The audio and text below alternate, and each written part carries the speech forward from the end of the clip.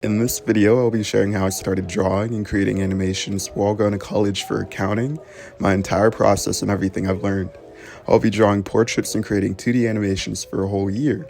I drew all my portraits in this small, niche app called Procreate, and I created my animations in a variety of different apps. The challenge started after I created an art Instagram account 1 year ago today, on my birthday. I set a goal of posting artwork weekly to an audience of no one. I hit the ground running by sharing some COVID artwork I'd done, and I gave myself time to figure out what I wanted to create and share with my audience of no one. I love the idea of one day being good enough to tell stories through animation. I had the naive desire to draw portraits after following this one small artist. Now that I figured out what I wanted to create, all I had to do was start. About a month in, I had already felt very accomplished and proud of the work I created, but each portrait took around 7 to 8 hours, and my animations took even longer to plan and figure out. The good thing about my portraits were that they relied heavily on a good reference, while the animations required more creativity and thought put into the planning of it all. Luckily, I started learning how to draw and animate at the tail end of my junior year in college. So summer, minus the time I spent on my internship, allowed for more time and effort to be put into learning the fundamentals, so I could eventually break them effectively. My dream of one day being able to draw portraits and create animations from imagination to tell stories helped motivate me to continue trying and failing and trying again. We fall so we can learn to pick ourselves back up again. And in drawing, you fall a lot. I eventually learned drawing anything and everything all the time was a great way for me to learn through failing. You can't create a great painting without failing along the way, so I learned to appreciate each painting for what it was. And if you're able to, each painting can act like a benchmark. So I decided to cut down on the time I spent on each portrait, little by little. I spent more time on rendering and figuring out how to make my portraits come to life. I started drawing and painting anything and everything all the time. I didn't need to draw portraits to learn how to get better at drawing portraits. It's not about drawing the perfect portrait that everyone will deem great. More than likely, people will only look at your painting or drawing for a minute or two if you're lucky. You have to appreciate each drawing that you make and find what you like and what you don't like and move on to the next. And with time, you'll be able to see real tangible growth. I started putting less pressure on starting a drawing, which helped me create more.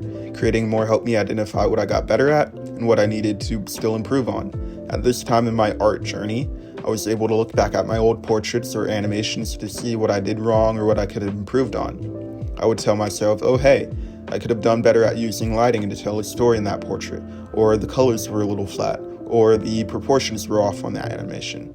All the little things can add up to creating a better and better painting in the future. I do regret not creating more animations.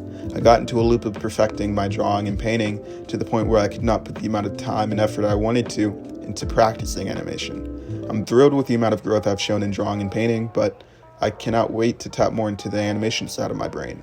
I plan on continuing to create and share everything through my Instagram, but I'll work on creating and sharing my animation journey and anything else right here on YouTube.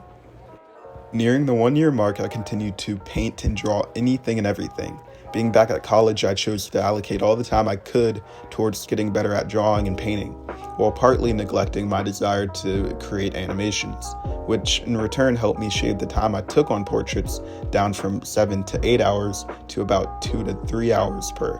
Now I look back and appreciate all my old paintings, but wonder, how on earth did I take that long doing one portrait? However, if you want to start drawing and creating, I would recommend not to rush into anything. I would never have been able to make a 2-hour portrait I was proud of without making 7 other 8-hour-long portraits. You have to learn how to love putting too much time and effort into painting before you have the eye for the details that could be simplified and improved upon by saving time. If you'd like to see the full 1 year journey of me sharing my artwork and detailing my trials and tribulations through captions, you can check out my Instagram.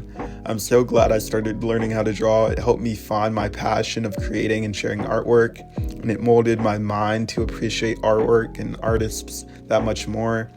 So do the thing and start drawing, and you won't regret it. You may even find yourself along the way too. Thank you so much for watching. I hope you enjoyed my first ever YouTube video. I plan on rekindling my animation journey here. If there's anything else you'd want to see, like a specific tutorial or how I create my portraits or animations, feel free to let me know in the comments and I'll try to cover it. Again, I appreciate you for sticking around and watching, and here's all the artwork I created starting from 1 year ago today on my birthday.